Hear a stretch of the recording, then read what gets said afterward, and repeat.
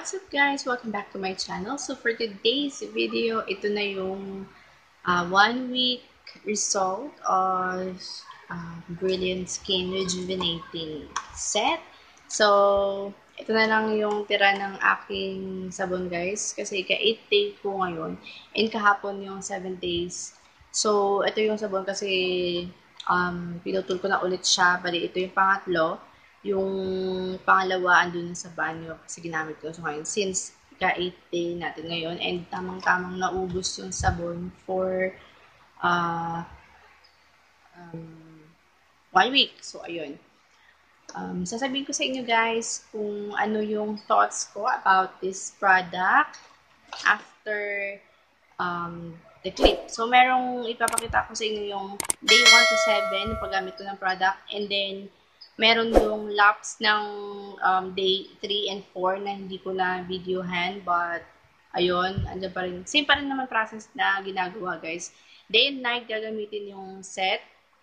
Tapos, sunblock sa umaga and rejuvenating cream sa gabi.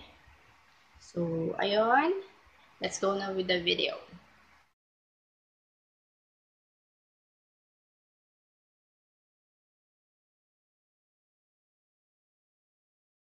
Naka-indicate dito kung ano yung mga skin imperfections na pwede niyang i-treat by using this set. So, ayun. Basahin natin. Brilliant Skin Rejuvenating Facial Set helps reduce the appearance of blemishes such as pimple scars, whiteheads, blackheads, dark spots, and other discoloration. It also helps refresh the skin, effectively cleansing the pores to remove dirt and by gently exfoliating the top layers of the skin to bring out your youthful, glowing skin. So, ayun. It's my problem, guys, yung pores ko, just yung oily skin. Melasma, parang wala naman. Warts, wala din akong warts, but acne, pimple, whiteheads, and blackheads, meron ako.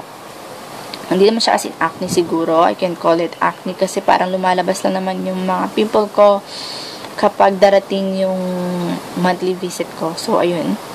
Nagkaroon ako ng monthly visit, pero as in guys, for the past week, talaga, na-stress ako kasi parang bakit sobra-sobra yung lumabas na pimple sa akin. Kasi usually, pagka nagkaroon ako ng pimple, guys, isa lang. Karoon dito. So, alam ko na magkakaroon ako pagka meron akong pimple dito sa ilong or dyan. Basta, isa, dalawa. Ganun lang. But, nung last week, or the past week, last week kasi ako nagkaroon. Tapos, ayan. Meron ako dito, dalawa. Tapos, ito. Tapos, ayan. Ayan. Ito pa. Ito. Ayan. Ang dami talaga, guys. So, medyo na-bother ako. So, ayun. Naisipan kong bumili talaga ulit. Actually, plano ko talagang bumili ulit ng Brilliant Skin. Kasi, sa lahat ng mga rejuvenating set, ito yung nakikita kong maraming feedback na maganda. So, siguro, with the, sabi ko nga sa unang video, with the right use of the product, ma-achieve naman siguro talaga, diba, magandang result. So, ayun. So, without further ado, hahati-hatiin ko lang to, tapos dadalhin ko kayo kung paano i-wash yung face nyo. So, ayun, let's go. So, ayun, ayun, dito ako sa CR. Ayun, guys, tayo sa CR. So, yung gagawin natin ito na. Balikinat ko na yung soap. Ang gagawin mo is, hindi mo siya idadirect sa face. Katulad na nangyari dun sa first video ko. So, ayun. Gagawin mo is, ayan.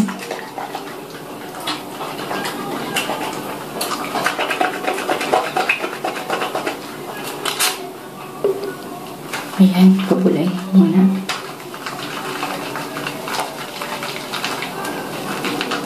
Ayan. Mula. Pag wala ng ganyan. May lagay. Nakasabi doon na ibabad mo na for 3 minutes. Kasi mamassage ko na siya. Sa first use lang guys, maganda ibabad. Pero pagka second and another everyday use niyo na. Huwag na ibabalik. Masakit.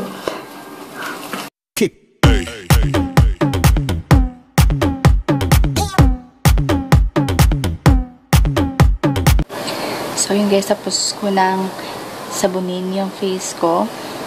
And I will just use tissue para i-dry. Mas maganda guys pag tissue yung pang punas nyo ng face nyo para pagkatapos ay tapon na lang.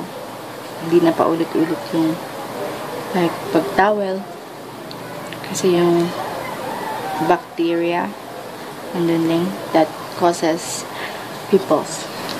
As I've said, hindi ko gagayahin yung 5 patak lang kasi feeling ko talaga hindi nababasa yung face ko at hindi nalalagyan lahat. So, ayun. Pati leeg pala guys. Sinasama ko siya para hindi yung mukha lang natin yung maputi. Pati na rin yung leeg. Anyway, ayun. Patakan natin. Let's see. Ayun. Pag pinatakan mo kasi ng isa, ayun, ang konti. So, let's see. Gusto nababasa yung cotton. Hindi naman yun as in madami. Basta, alam ko lang na mababasa yung face ko. Konti lang yun. Ayan. Meron na. And, mag-start na tayo. They say na upward daw yung pag-apply nito. Magsimula tayo dito. Ayan, gentle lang. Yan ang gusto ko nababasa.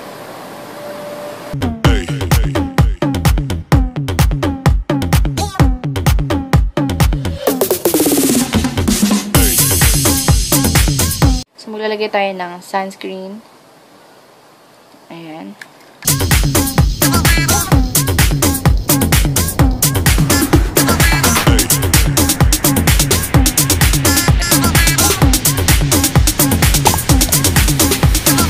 Everybody shake it, baby.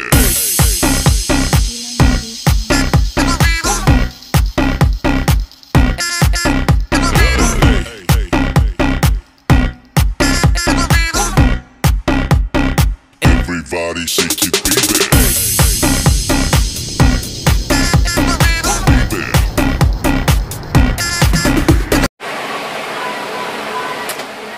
Good morning, guys. Just a quick update. Kahapon yung third day ko.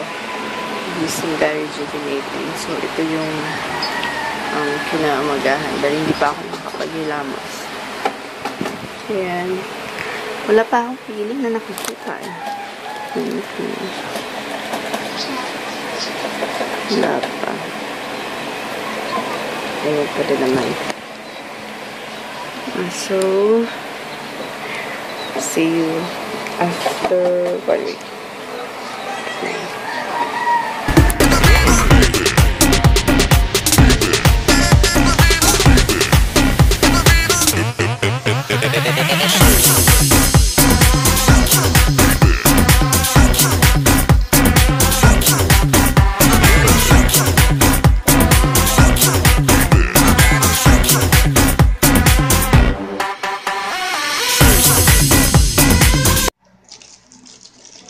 Today is our 6th days na paggamit nitong rejuvenating set. Set din guys ha. Ito rin yung papakita ko sa kasi ito yung gagamitin ko ngayong morning. And ika 6 days natin. And ayan, update. Wala pa rin talaga ako nakikitang sobrang peeling sa face ko. Ganun pa rin guys, yung nasa around the pimples. Yun pa rin talaga yung nagda-dry, pinapa-dry. And yung peeling is minimal lang guys. Parang micro peeling lang talaga and walang hapti. Hindi ako nakaka-feel ng hapti. Kahit na ilang beses ko siyang sabunin, hindi rin siya namula. So, I don't know. Bakit gano'n? Na-survive natin yung ika-4th day na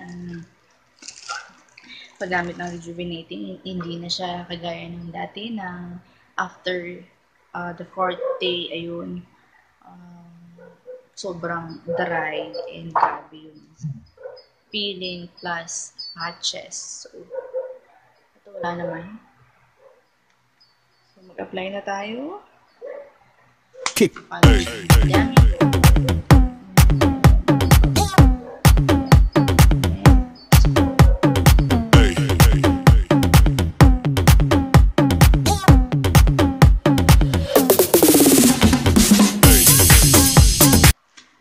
Dart. Sunblock. Ang ganda yung sunblock nila guys kasi it gives you a brightening effect.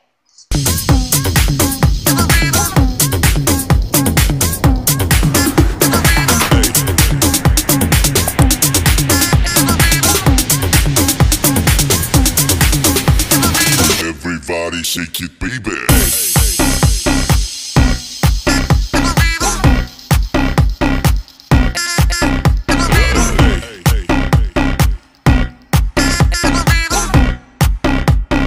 Everybody shake it, baby. So, yun na nga guys. This is, anyway, my thoughts about the product. For the past 7 days, guys, na paggamit ko sa product, up until now, hindi pa rin ako nagkakaroon ng sobrang peeling sa face ko. Meron siya, pero yung, ano lang, yung micro peeling na andito. Mas marami dito sa baba. And sa soap, guys, sasabihin ko sa inyo. Sinabi ko sa aking video na itong soap is gagamitin ko lang for 1 week kasi after nun, sa-stop ko na, magmamild soap na ako. But no, ipagpapatuloy ko yung paggamit nitong soap kasi hindi ako nakafeel ng hapde sa loob ng 1 linggo sa paggamit nito. Since guys, yung pinakita ko sa inyo sa video ng paggamit nun is babasain mo lang yung soap, tapos pabubulain mo pag nag-foamy na siya, tsaka mo siya ilalagay sa face mo. Yun ang ginawa ko for the 7 days. Yun. For 7 days, yun ang ginawa ko. And wala guys, hindi talaga mahapdi. Merong time na parang may humapdi dito, pero after a day din, kinabukasan, wala na rin, hindi ko na rin na-feel na mahapdi siya. Kahit na guys, mga more than 2 times ko nagagamit yung sabon kasi pagkagising ko sa umaga, maghihilamos ako, yung sabon ang gagamitin ko. And then sa tanghali, pag naliligo na ako, yun ang sabon ang gagamitin ko.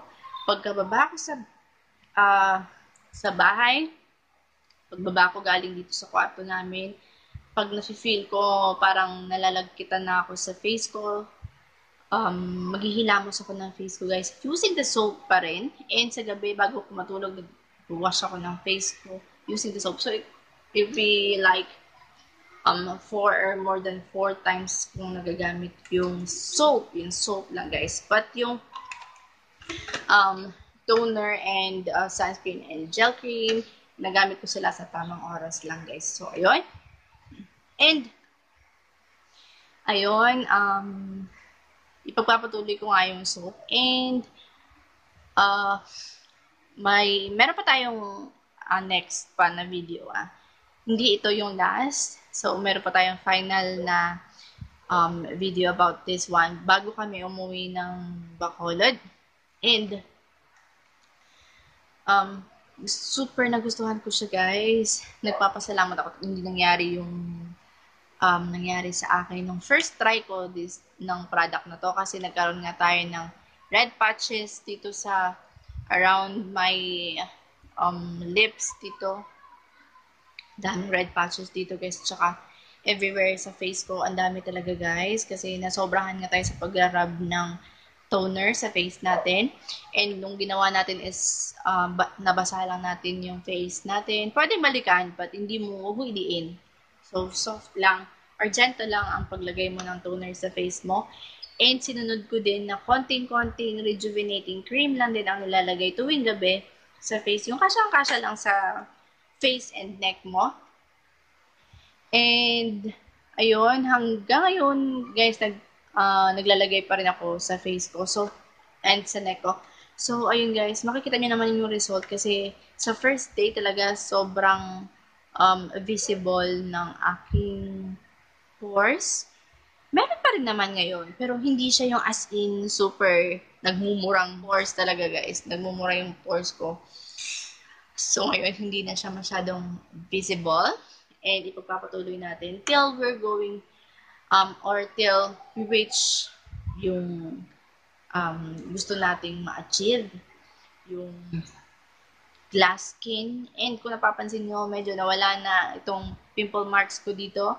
Dito, ayan, hindi na siya masyadong visible. Especially kung maglagay ako ng BB cream. Ito din, wala na rin. And ito, meron pang mark dito, red marks lang. Ito, hindi ito pimple mark. Talagang ano yan, nunal.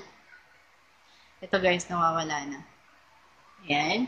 Ito na lang talaga guys yung medyo visible. Kasi feeling ko kasi hindi siya mawawala hanggat hindi natatanggal yung nasa loob. So, ganun kasi ako guys, every time meron akong pimple, ako mismo yung nagpiprick ng pimple ko and natotolerate ko naman yung sakit every time ginagawa ko yun. And anyway, nung ika-third day natin, sinubukan tayo ulit ng pimple, but then after ilang araw lang din nawala naman siya. Ayan, tuyo na. Wala na. And yung unang-unang dito, tuyo na yan guys. Bali, marks na lang yung kailangang matanggal. And as you can see, kung ganyan ako kalapit guys, medyo mapink yung face ko. Kasi parang feeling ko ngayon pa lang talaga siya nagsa-start na, siguro doon pa lang magsa-start na magpipili yung face ko ng sobra-sobra. And hindi pa naman ako nakaka-feel ng sobrang sakit pag ina-apply yung toner. So, ayun. Ito yung pagpamumula ng face, guys, na hindi masakit. Unlike dun sa first try ko nga nito na pulang-pula yung face mo, na parang tostado. Na mafe-feel mo talaga, guys, na mainit. And every time na magpawis ka, masakit. So, ito hindi. So, ayun, guys.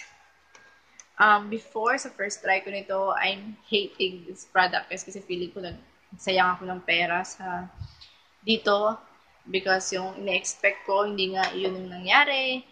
But, it is only because mali yung paggamit natin. So, by this time, tama na paggamit natin and maganda yung result niya. This is going to be my favorite na guys. So, after siguro a month to, kailangan kasi i-rest muna yung face natin using the rejuvenating. And I'm gonna make a video also about the maintenance of Brilliant Skin. Meron kasi silang maintenance guys, yung pang whitening lang. So, ito-try din natin yon after na guys, matapos natin yung review about this product. So, ayun guys, I hope this video helps you decide kung bibili ba kayo ng product na to. And meron naman kayong guide kung paano gamitin itong product. So, it's up to you guys kung gagamit kayo o hindi. Anyway, walang naka-indicate sa box guys kung sa anong edad pwede yung rejuvenating. So, wala doon nakalagay kung from what age to what age. Ayun. But, anyway, kung gusto nyo mag-try, bata pa kayo, magtanong kayo sa seller, guys. May alam sila kasi mas, meron silang maraming info sa distribute sa kanila ng products. So, ayun. This product na video helps you guys. So, we'll see you again in my next video.